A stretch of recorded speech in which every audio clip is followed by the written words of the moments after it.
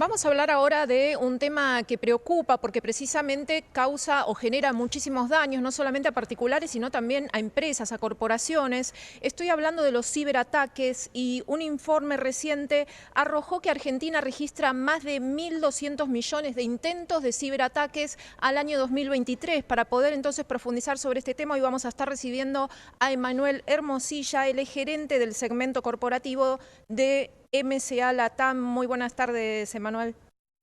Muy buenas tardes, ¿cómo están? Bien, ¿qué tal? Bueno, a ver, danos un pantallazo entonces de qué es lo que surge de este informe, que es alarmante, ¿no? La cifra, estimo que no es una cifra baja, estos intentos de ciberataques que se registraron el año 2023. Contanos.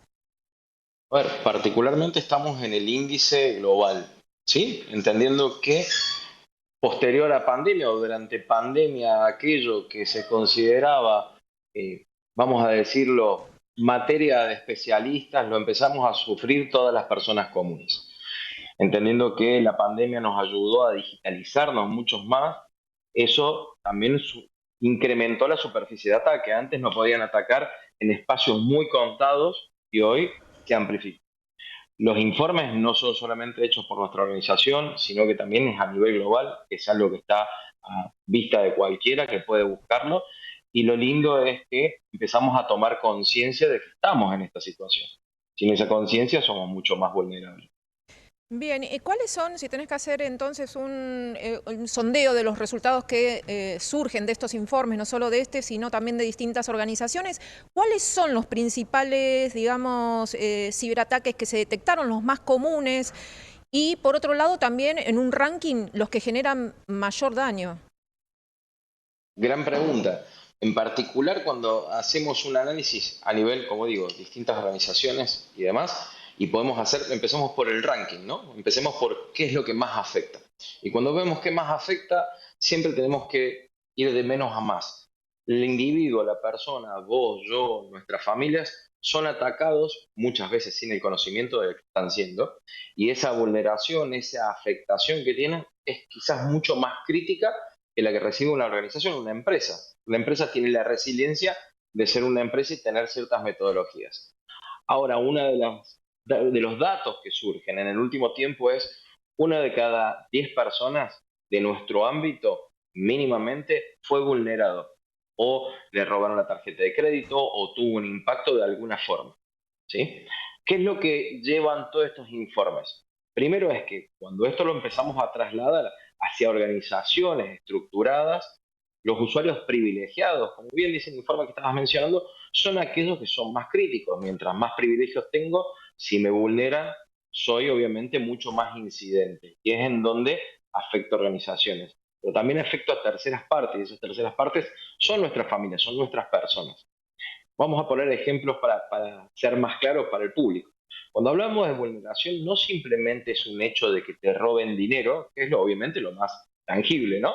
Sino también está en otros puntos. Ejemplo, hay un recital de música de X artista en donde esa organización, por una falla, por un ciberataque, uno de los miles que hay, termina siendo vulnerada y se ocupan todas las entradas de forma fraudulenta. No se comercializan, no se venden.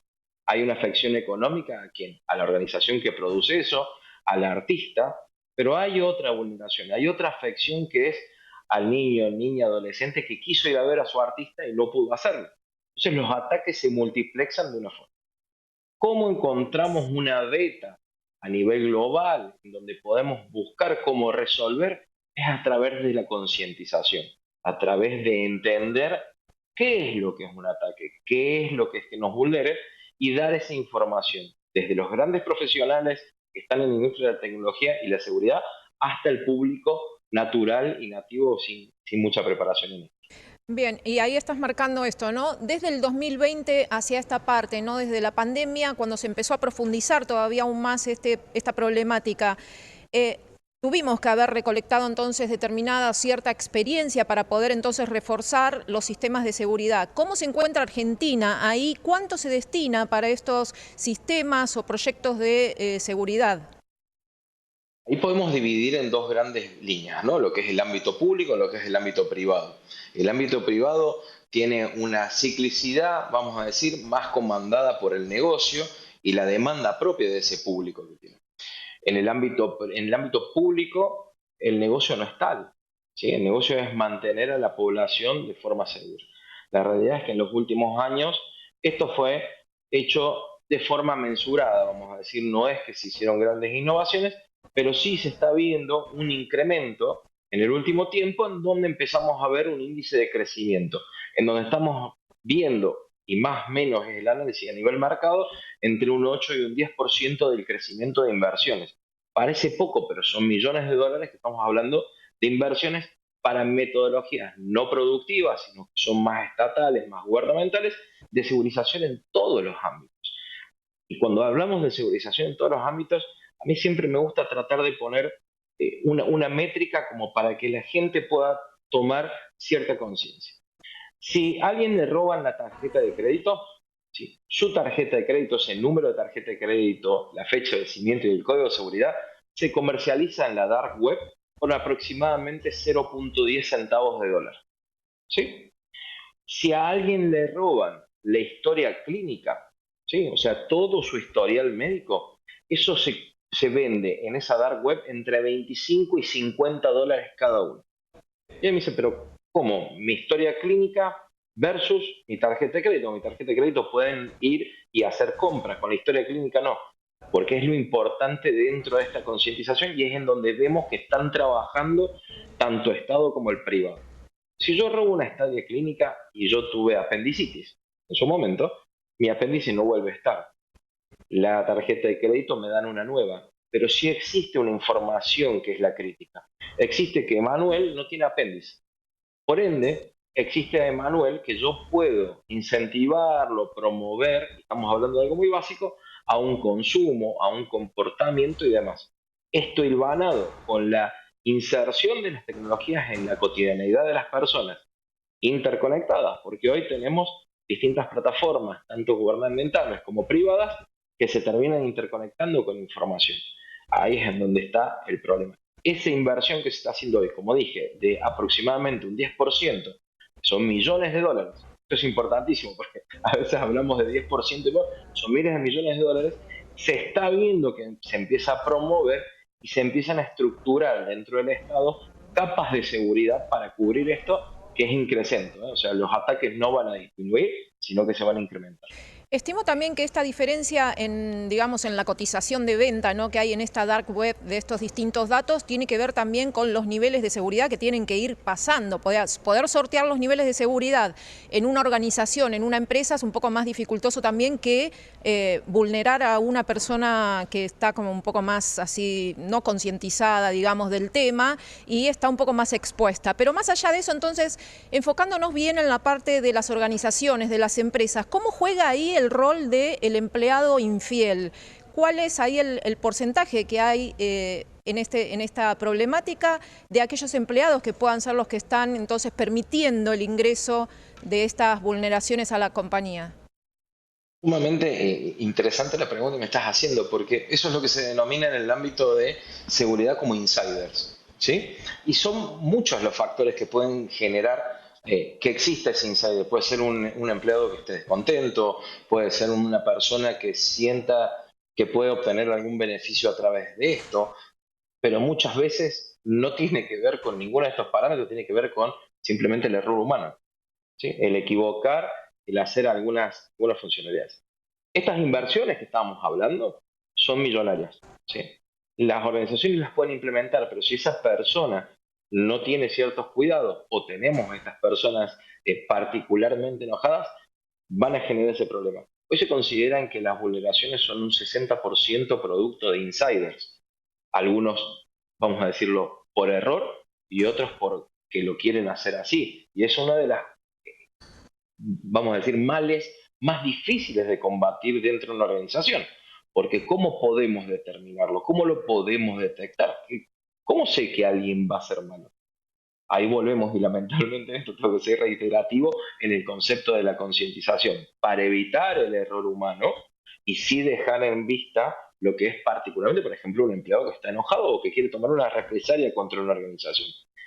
Y cuando vemos casos, cuando hablamos de insiders, es el papá que prestó a un hijo un dispositivo que es laboral en donde el hijo se puso a jugar en un jueguito que baja de un App Store particularmente, y lo que termina sucediendo es que ahí existe algo que nos toma información.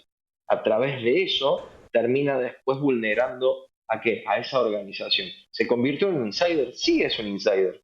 ¿Sí? Ahora tengo el otro, es el empleado, y esto ha pasado en múltiples organizaciones, en donde por una cuestión de performance, o llámese como sea, se desvincula a la persona de la empresa.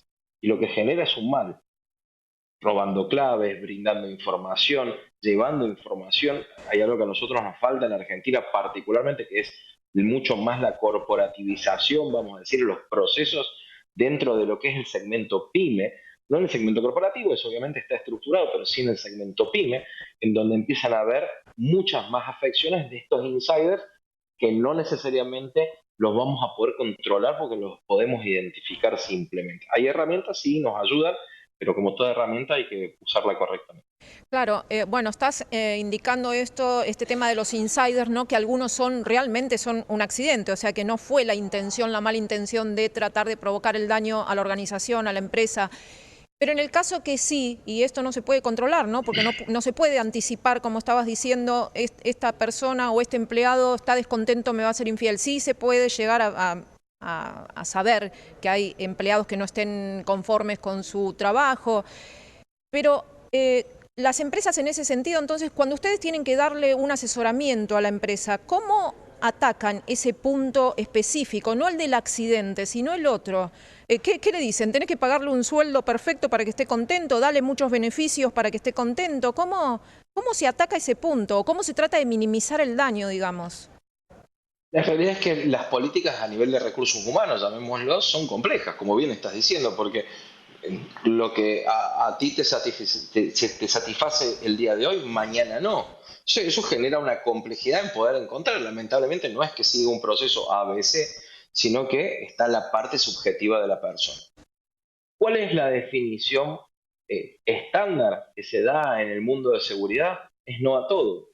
Sí, o sea, lo básico es decir, no, a esto no tenés acceso, a esto no tenés capacidad de uso, a esto no tenés, salvo que seas una persona que tiene los privilegios por tu función particularmente. ¿Sí? Esas existen las herramientas para hacer.